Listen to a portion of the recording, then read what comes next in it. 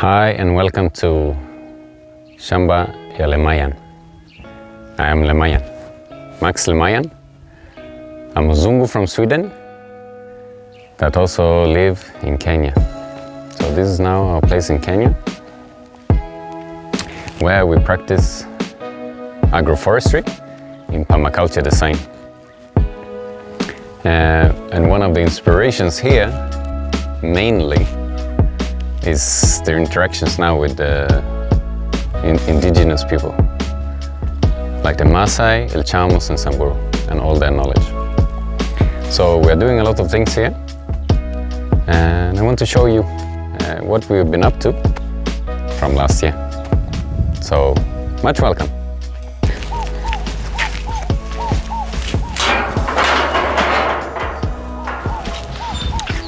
So, we started this place, our farm, 2017. We started to do some development. And most of the development is beyond that fence. 2019 we built the house. 2020 we started planting trees. We have done swales.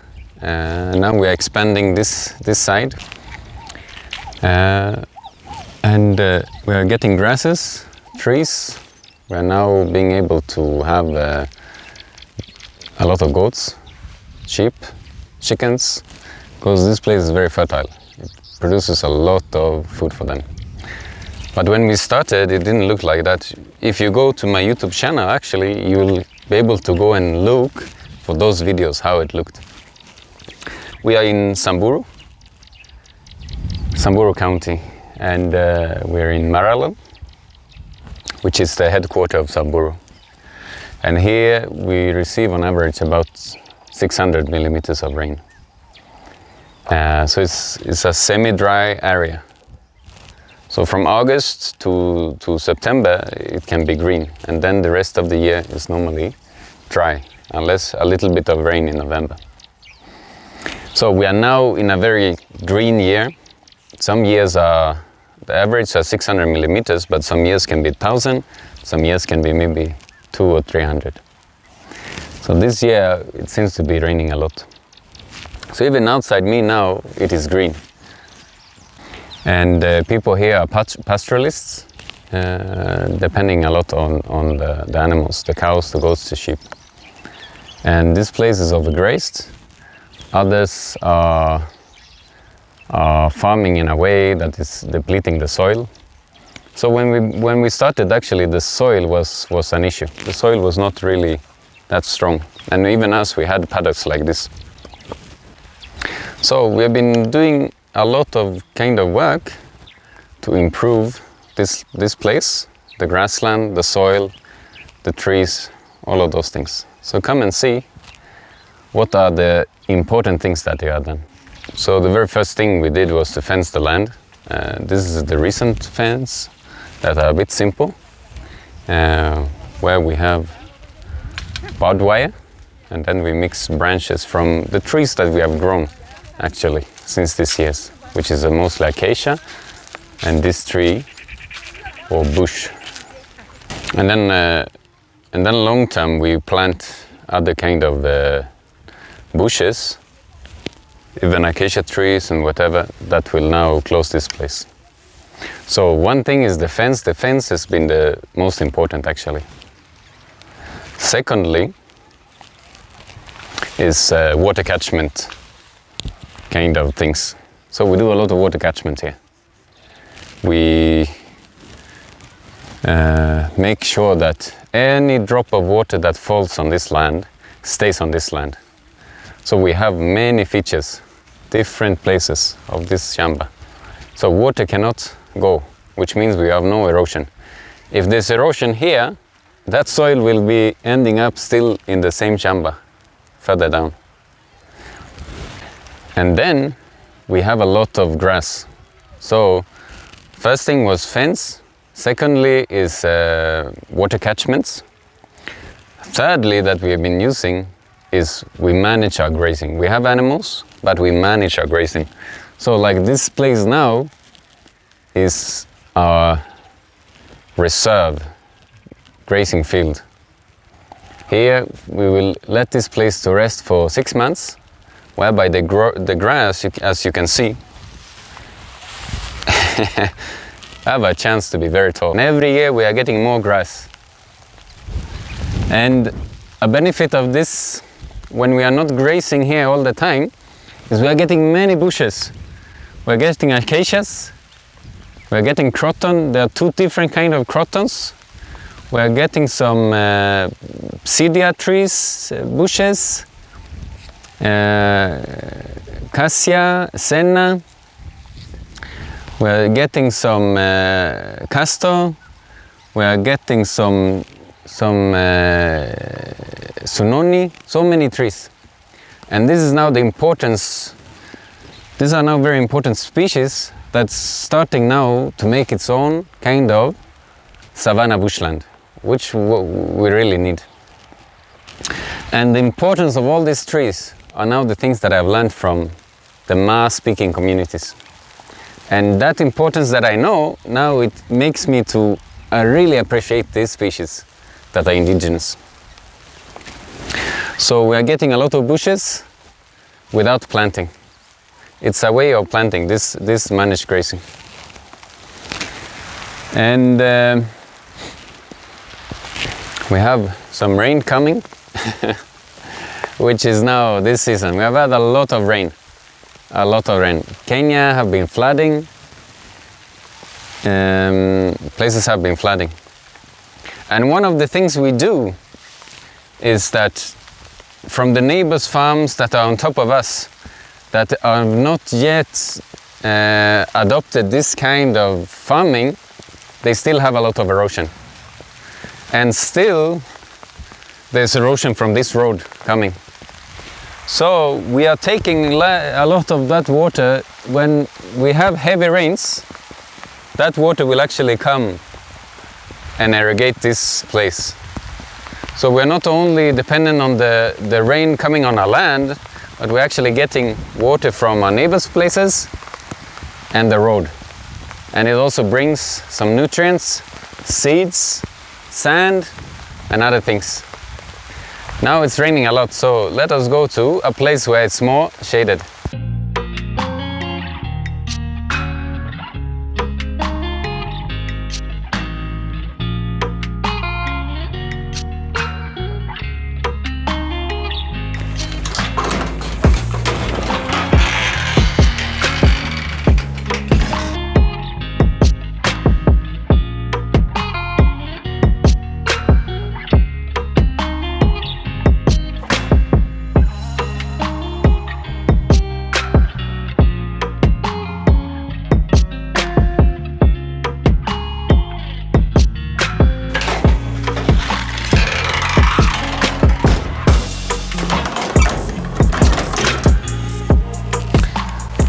So in Sweden we have a saying, there is no bad weather, there is only bad clothes. So it started to rain, my clothes were not enough, but now I've put on something better, so I can continue now.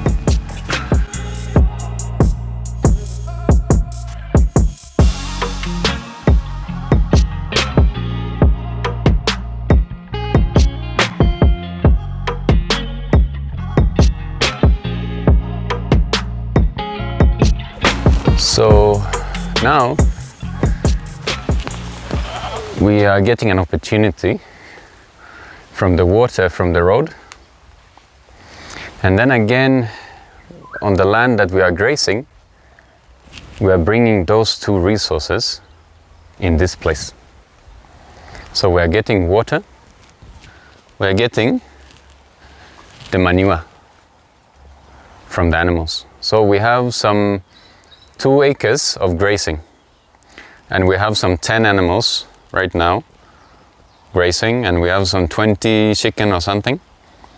And this manure, we can now improve this soil to be going from the red soil to the black soil. And the moment it has the black soil, it can hold other kind of species that are more needed, that are more feed needed, even like this banana, you see? And then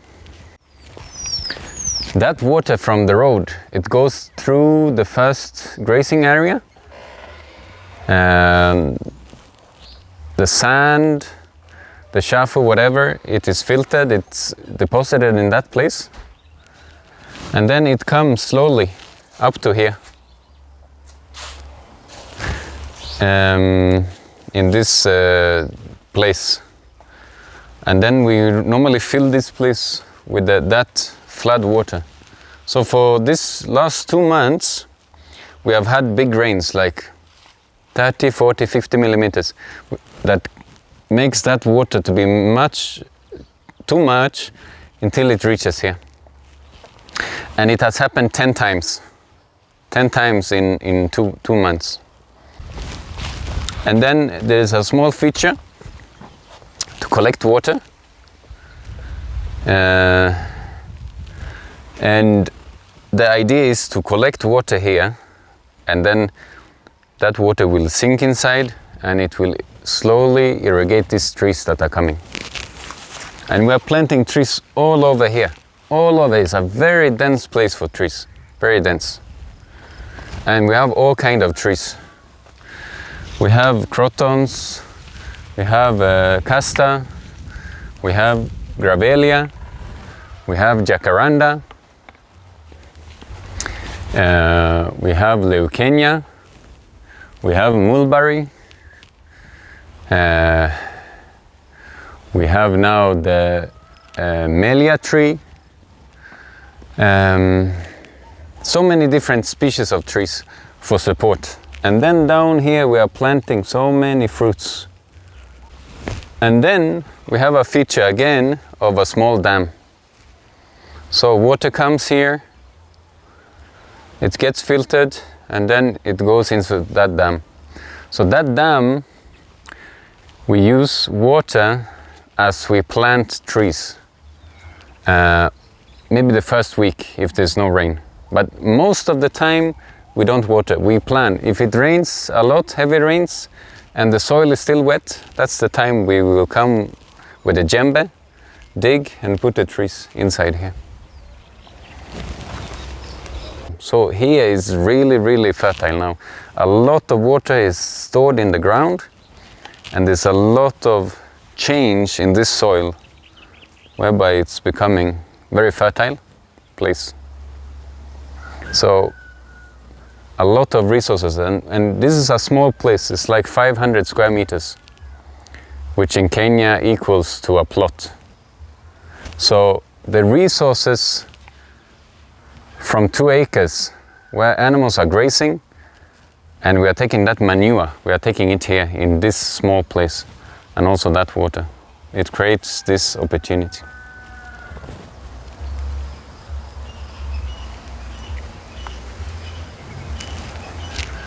So, yeah, and then we have different kind of trees. I'm pruning here every time.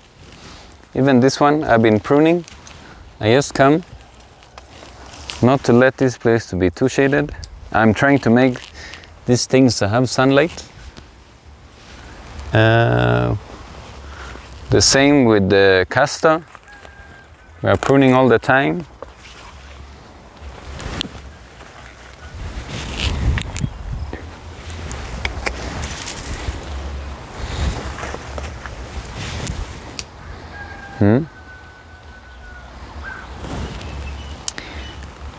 Any of these trees we are pruning to improve this soil here, keeping weeds away, keeping the moisture in the ground, and those eventually those mulching will be soil. But there are other trees that when we prune, we prefer doing other things with. And one of them is sanetoi. So if I prune this one,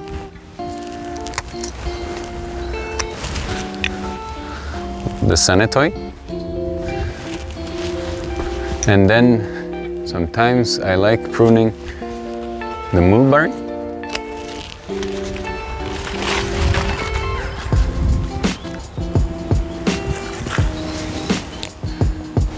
And then sometimes I like pruning the gravelia.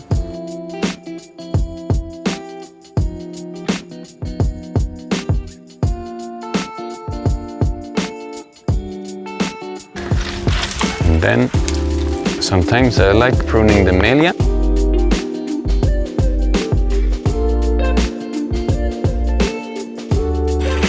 And then we also have the Leayan. These trees I also prune every time so that they grow in a way that I like. But they are more valuable for me for something else than mulching. So come and see what I do.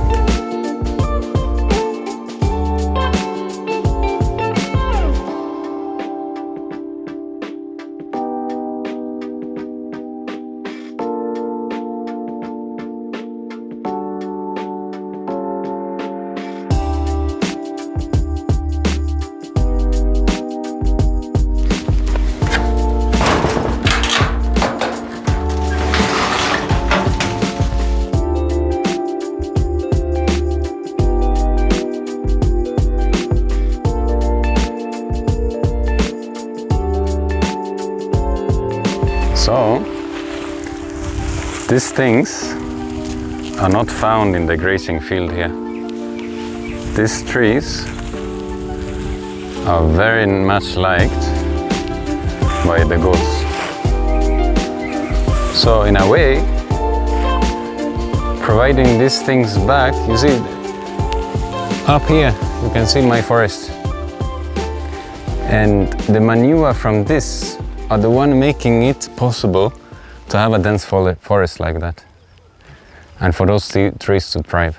That produce is coming back to them. In this area, for the goats, they are enjoying the grass. They're enjoying these acacia trees. And they are enjoying all kinds of small bushes. But these ones really helps them in a different way. What we know with the Leayan, we believe it is helpful not to have a lot of worms in the stomach. What we know of the mulberry, it is helpful for milk production. What we know of the gravelia species is that it can bring some minerals that they need. Again, the Sespania is another mineralization, and it's also good for milk production. So this way we make sure we maintain these ones to be healthy. And sometimes they also eat these seeds.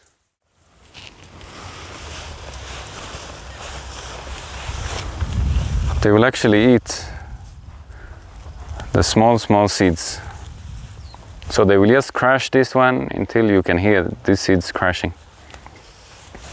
And the goats, they depend on grass, leaves and seeds. That is actually what they need.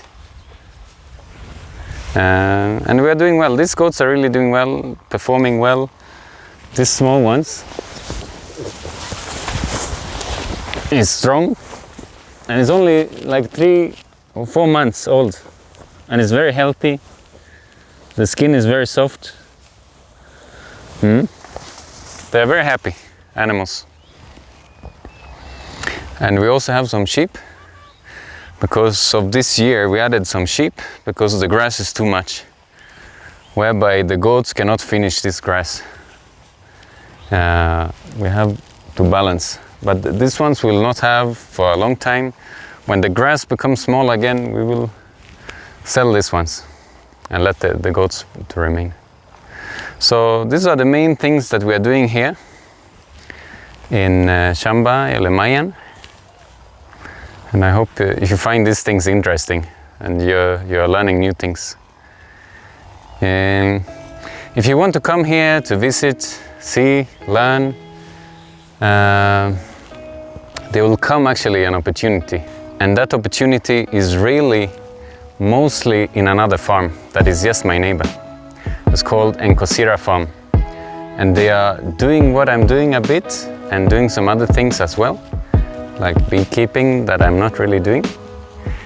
And they are more ahead of me, some 5-10 years ahead of what I'm doing. So if you want to come to Encosira, there will be an opportunity to stay there, volunteer, come for trainings, many things to learn these things. And as you are in that place, you are so welcome to also come to this place to see and learn. So I really hope you learned something new. If you like content like this, make sure to subscribe, and more things are coming up. If you want to know my history, you can also go through my YouTube channel. I have like a 200 and more videos since 2012, where has been my kind of history. So thanks for this time. Talk to you next time.